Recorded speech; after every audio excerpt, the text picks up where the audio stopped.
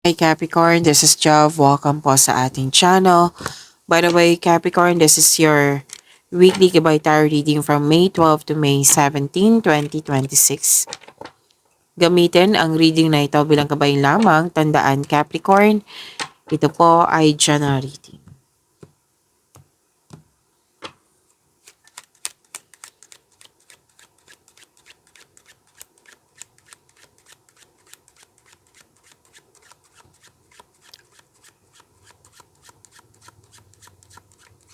Mga parating pa para kay Capricorn ngayong May 12 to May 17, 2026.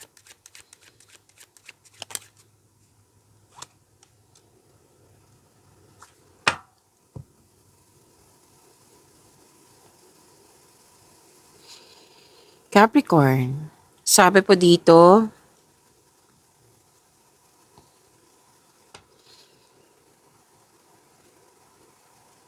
okay, gagawa ka ng desisyon pero ang ending nito is like pabago-bago kasi laban, bawi, laban, bawi. Oo, na hindi ka makapag-decide. Tapos may concern ka sa hindi nag-iingat, irresponsible na tao. So, kailangan mo ng time for reflection or di kaya'y kausap. Mag-gather ka ng factual information or baka hindi ka makadecide kasi pagod ka. Sa pagod, nakakapagod kasi yan yung palaging nag-iisip. Like, nade-drain yung energy mo. Pwedeng overthinking ito. Tapos kung masyado na kasing matagal, like Monday hanggang Saturday, na ganun pa rin yung iniisip. Ang ending kasi nito is maguguluhan ka. So baka kailangan mo ng kausap or pahinga muna. Pahinga muna. Para sa pagbalik mo, makapag-isip ka na ng maayos.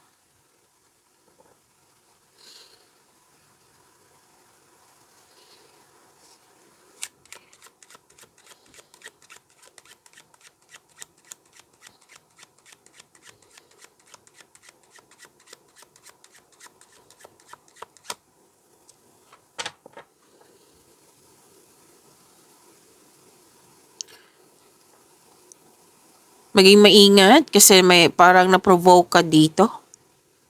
Preparing to do battle over an issue.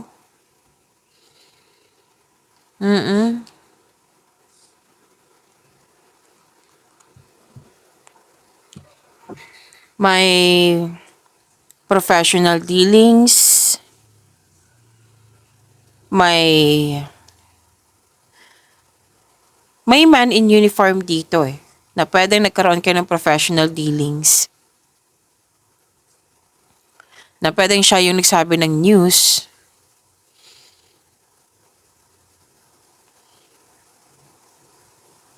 May nalaman kang sekreto.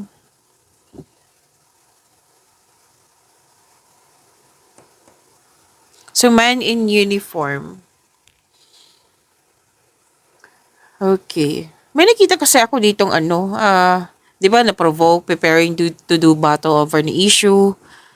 It might be pinag-usapan to, like, napanood nyo sa news ngayon na may physical force, may conflict, may public force, yung pwede din nararamdaman mo na pumunta ka sa isang place na hindi ka katanggap-tanggap.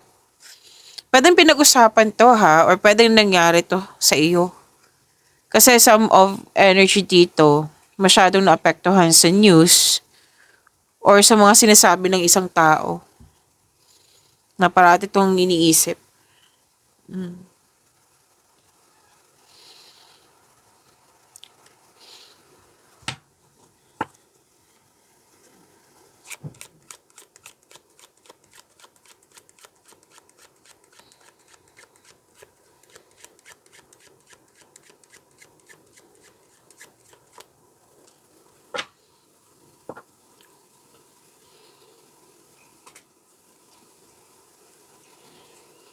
Okay.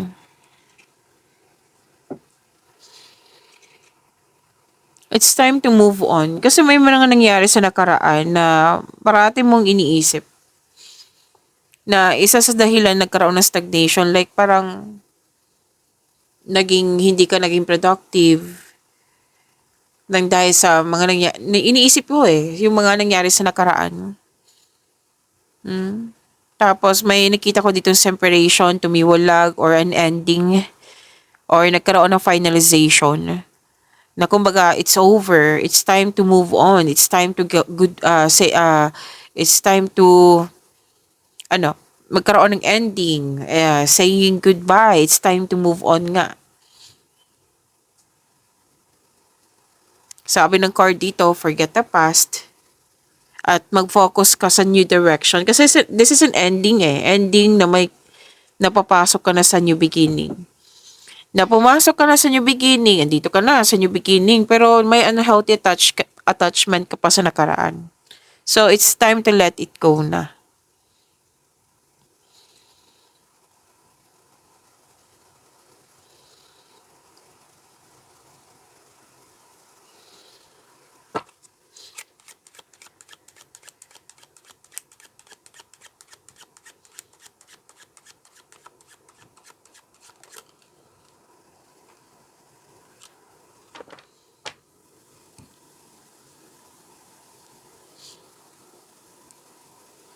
Okay, sa mga na burnout, sa mga na disappoint or na stress or may concern sa nararamdaman, huwag kayong mag-alala kasi may recovery akong nakikita dito. So, claim recovery. Okay? Tapos, may nakita kasi ako ditong kailangan ko itong sabihin kasi kailangan ng tulong ito. Oo. Na kung hindi man ikaw to, na pwedeng kasamahan mo or parati mong, yung taong malapit sa'yo. May depression kasi ako nakita dito. Sa sobrang pag-iisip, sa sobrang disappointment. Oo, kailangan kasi ng tulong to. Kung ikaw man to, kailangan mo ng tulong. Kailangan mo tulungan yung sarili mo. Kung hindi mo alam kung paano tulungan yung sarili mo, then seek help. Okay? Na kung sino man yung taong makakatulong sa'yo, humingi ka ng tulong or seek professional help. Or kung hindi man ikaw to Capricorn, pwedeng malapit to sa'yo na iniisip mo na kailangan mo siyang tulungan. Tulungan mo din siya, okay? Tulungan mo siya. Kasi basta ganyan, talagang sinasabi ko kasi kailangan kasi ng tulong yan. Diba? And,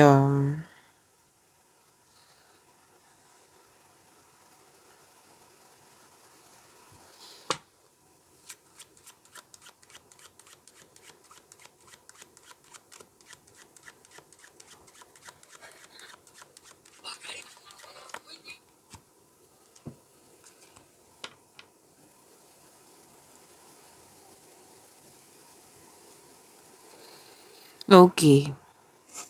Kasi,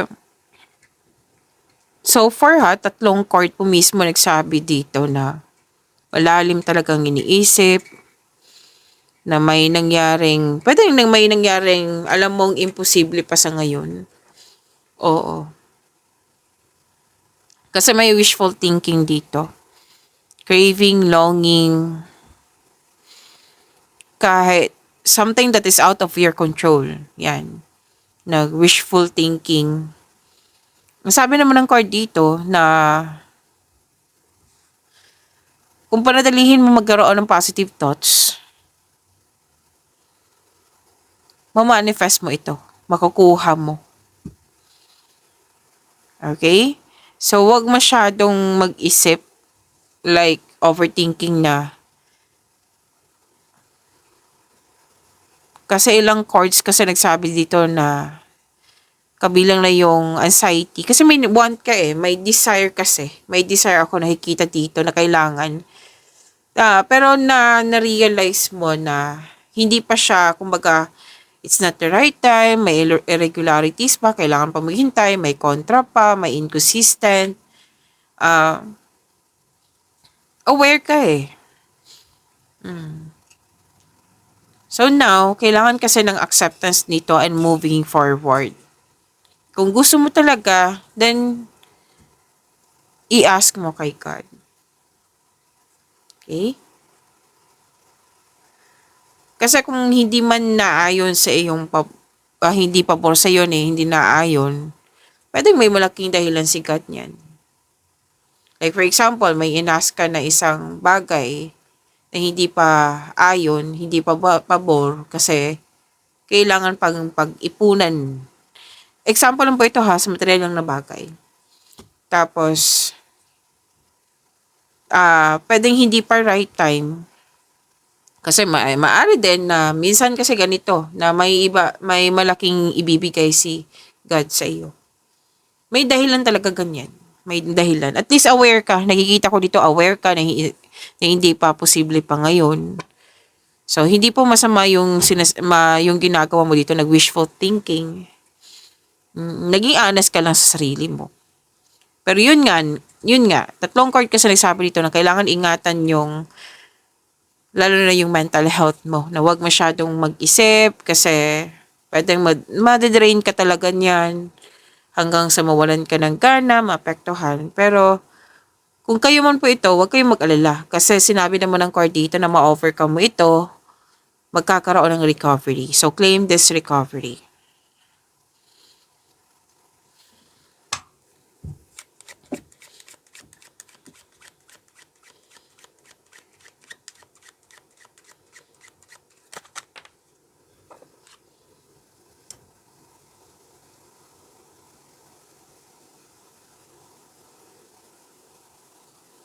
Pansin ko talaga to kay Capricorn. Kung parati kayo dito, pansin ko to sa inyo na mahilig kayo sa travel or mahilig kayo sa, what I meant is, pwedeng nagtrabaho kayo or nakatira kayo sa malayong lugar, malayo sa city proper, pwedeng sa abroad, basta na mahilig din kayo sa travel. Okay? So, yan yung talagang pansin ko sa inyo, Capricorn. And siguro, most of you, na nasa abroad talaga, may nakita kasi akong travel dito, na may kailangan puntahan, may new journey. Yes, may new journey ako nakikita dito. Tapos, ang ganda, why? Kasi, itong new journey na ito is welcome sa iyo eh. Like, in-embrace mo talaga itong pagbabago na ito. At itong new journey na ito ay magkakaroon ng self-discovery or progress. May usapin din tungkol sa transportation, sa car. Yan din yung pansin ko sa inyo. Mahilig kayo sa mga sasakyan. May nakita lang akong relocation dito. Aside sa travel ha, parang bakasyon, relocation ba? Puro movement kasi nakikita ko dito. Pero din po, change of position or status.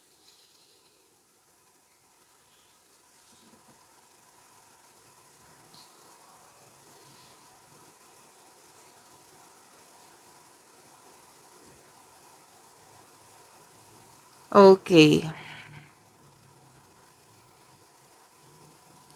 Okay, may babae dito na masunurin sa'yo. Yes. Pwedeng ito yung nagbigay sa iyo ng gift or nagbigay ng pabor sa iyo. Like, nag-ask ka ng favor sa kanya tapos handa ka niyang tulungan. So, this is receiving help or offering help to others ha. Pwede din ikaw tong gumawa nito, Capricorn. Pero most of you, ikaw yung naka-receive nito, Capricorn. Tapos may na-hire as a crew. Tapos, another card na naman nagsabi dito na may development, may progress, may improvement. So, dito ka focus sa mga magandang nangyari sa buhay mo, Capricorn. Baka pansin nyo ha, na iba yung boses ko ngayon, may sipon po ako. Ngayon lang talaga. Sana yung allergy lang ito, pero move forward.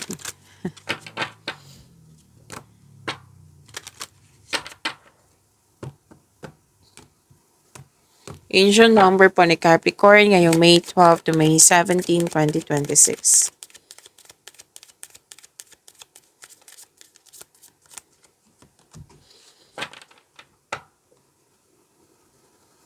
Angel number 99. So sabi dito, it is time to get to work on the realization of your soul's mission in life. You have a higher purpose in this life that is yours and only yours to fulfill. Unleash your true power. This is power formation. Kailangan natin i-recite to twice kasi nakakabuti to sa inyong energy.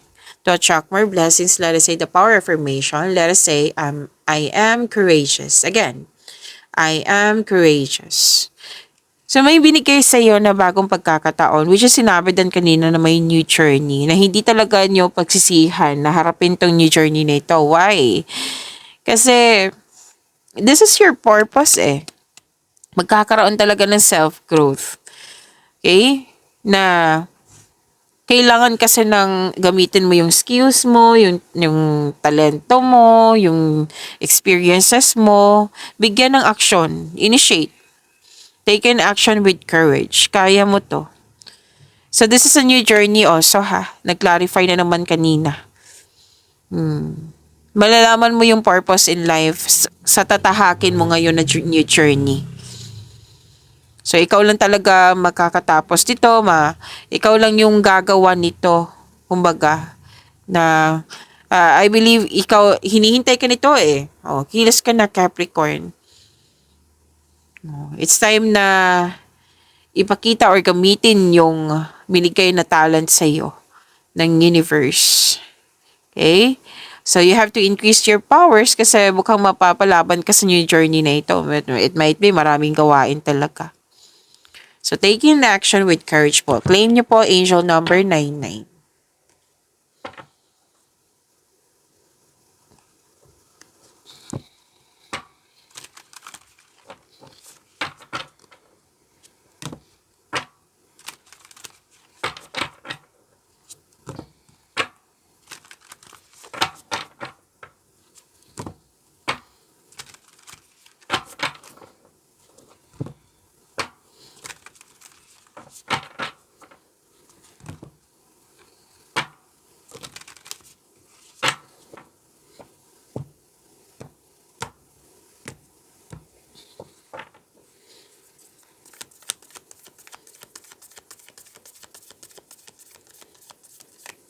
Energy para kay Capricorn, May 12 to May 17, 2026.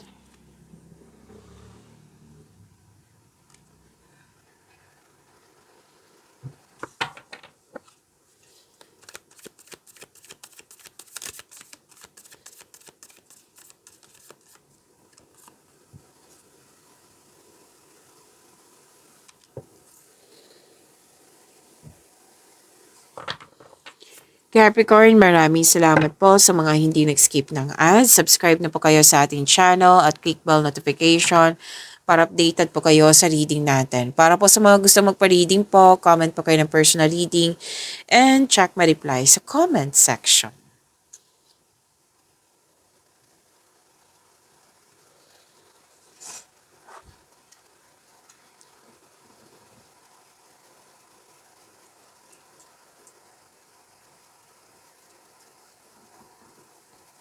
Energy, Capricorn.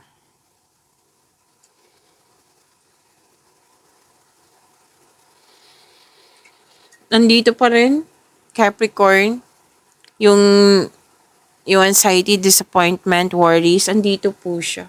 Nag-clarify po siya sa tarot cards nyo. Overthinking. Hindi maayos yung tulog, pwedeng balisa, natatakot, naghinala, dumadalas yung pagkakaroon ng masamang panaginip. Stress po kayo, sabi ng iyong card. Ang stress ay isang normal na bahagi ng ating buhay. Kailangan mo tong labanan sa pamamagitan ng pag-unawa, pagtanggap sa isang sitwasyon. Huwag mong pahirapan yung sarili mo. Kasi yung overthinking, nagkakapagod din yan eh. Okay? Kapit tayo sa sinabi kanina ng cards mo na magkakaroon din ng recovery. Claim recovery. Magkakatulong po. Same pa rin yung sinabi ng yung card dito. Different card po siya ha. Same pa rin yung sinasabi ng card dito na kailangan mo ng kausap. Kung ayaw mo ng kausap, then journal, diary. Isulat mo yung mga nasa isip mo upang sa gayo'y maalis sa mga ito, sa iyong isipan at mapunta ito sa pahina. So this card tells you to make change. Kasi kung hayaan mo lang para kang nakakulong sa iyong sarili, sa iyong isipan, walang mangyayari pagbabago. So make change. Pero sinabi naman ng card dito na ma-overcome mo rin ito. Yes. Kung may conflict kayo sa isang tao, communication is the key. Sabi ng iyong card. Parang hindi matuloy-tuloy yung ano dito, pag-uusap kasi lang dahil sa schedule. Kailangan seryosohin nyo yung schedule. Oh, dapat mag-usap tayo ngayong Saturday. Kasi gusto ko nang magkaayos tayo. Yan. Okay?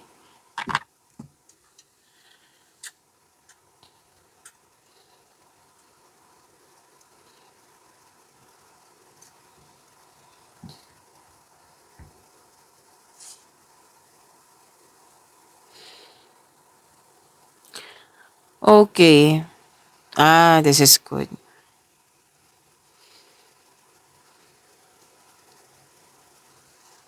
Ito yung paraan nyo eh.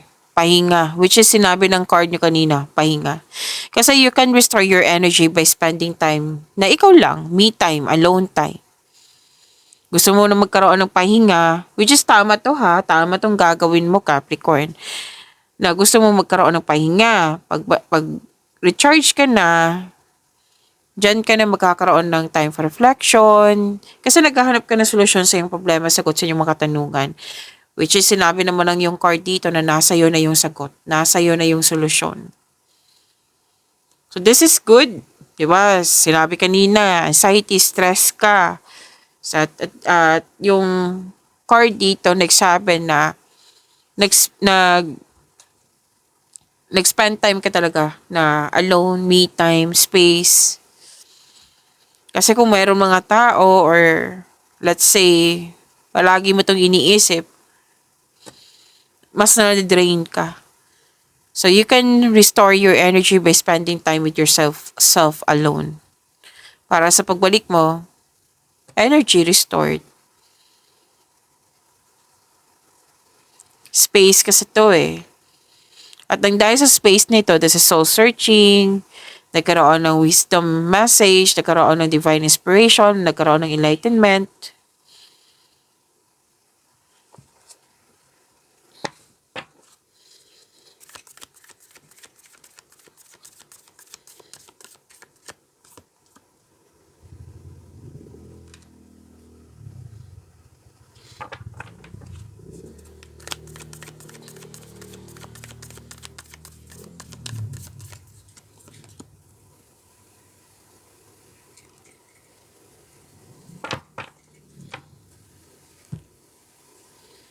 Sa career and money,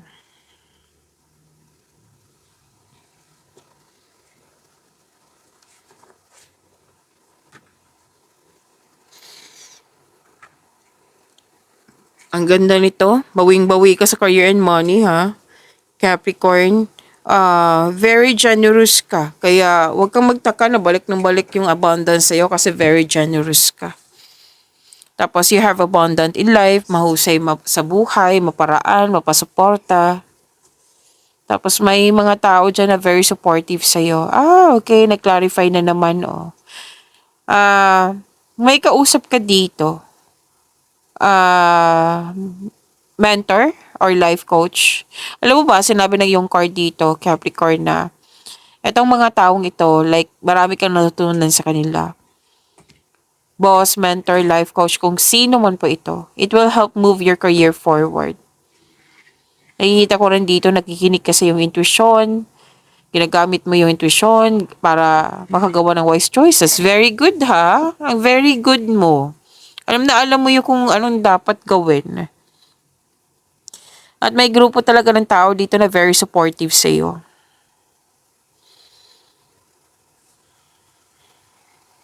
So claim, ang ganda po ng blessings na ito. Yes, this is success. generosity, maraming nakadepend sa'yo. Ay, sabi din dito,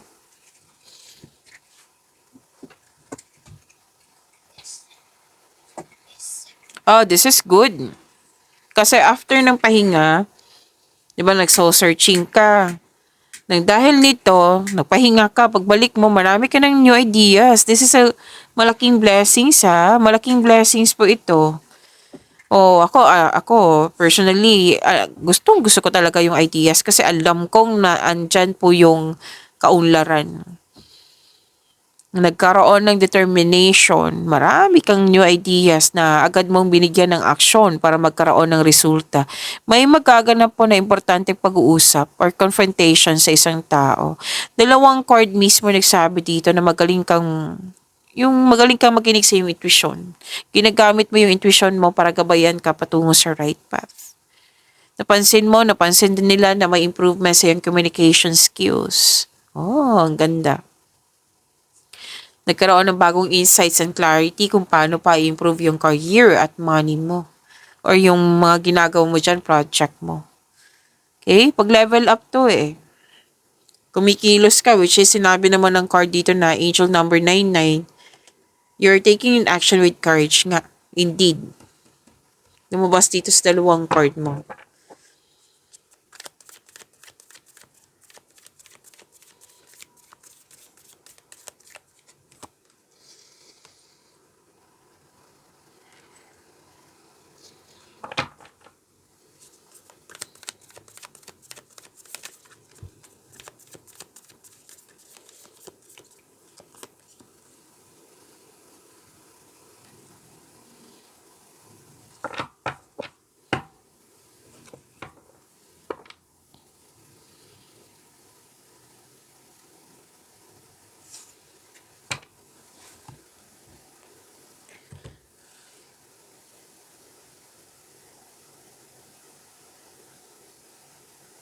Capricorn, gusto niyo bang mapanood niyo agad yung premiere ng video natin? Like, ma-notify kayo, ma-prompt kayo. Kung gusto niyo po, i-click niyo po yung bell notification dyan. Yes, kung hindi niyo po alam, magpaturo po. At huwag niyo kalimutan na mag-subscribe sa channel natin. Nag-o-offer na po ako ng rush reading. Yes, comment down personal reading at antayin yung reply ko. At napanood nyo na ba yung 4 na video nyo po? Weekly, monthly, first half, 3 months from now, ano pa? 4 na video reading yon. Kung hindi pa or na hindi nyo, nakalimutan nyo po, then andito lang po sa channel natin, panoorin nyo po.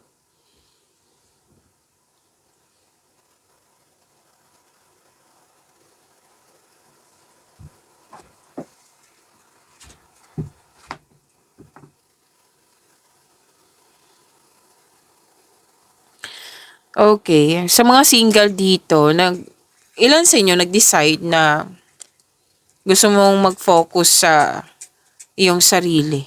Kumbaga, ayaw mo munang pumasok sa bagong relasyon? Oo. Nagdesisyon ka dito eh. Sa mga relasyon sa buhay mag-asawa,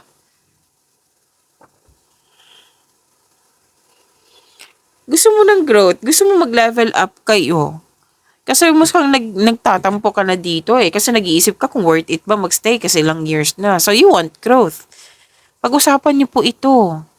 Kasi ang relasyon po, buhay mag-asawa, magtutulungan yan. Hindi pwedeng ikaw lang yung magbibit-bit niyan. Like, mag-iisip niyan. Ay, sabi mo kahit ano man yan, kailangan mong i-share sa kanya. Kaya, para tulungan kanya, para magtulungan kayo. Kung ayaw niyang tumulong or give time. Kasi minsan kasi may tao na matagal mag-sink in sa kanila, yung concern mo. So, give time. Then, kausapin mo after a week na naman. Kung wala talaga siyang reaction, then talagang kailangan talagang bigyan niya ng pansin. Oo. Okay, kailangan to ng time for reflection. Okay? And, syempre, time for reflection, wag niyong, kumbaga, kung pansin niyo na sobrang-sobra na sa pag-iisip, then pahinga muna. Okay? Kasi nakita ko kanina, di ba, na stress. Pero kung sa mga stress ngayon, huwag kayo mag-alala, recovery kasi nakikita. Claim natin yan. Kailangan ko din yung recovery.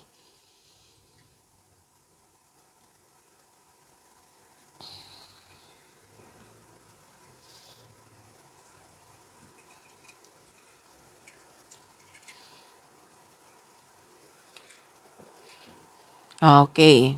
Kayong lahat, single ka man, marelasyon sa buhay mag-asawa. Di ba, you want growth? Mm.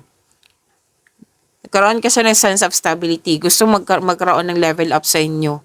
Sarili, sa inyong relasyon. Kaya sa mga relasyon dito, pag-usapan nyo yan. Ito yung dahilan naging hard worker kayo kasi gusto nyo makaipon ng malaki kasi may target, may project, may nais bilhin. Hard work kasi ang nakikita ko dito. You're saving money for the future or may specific goal kayo.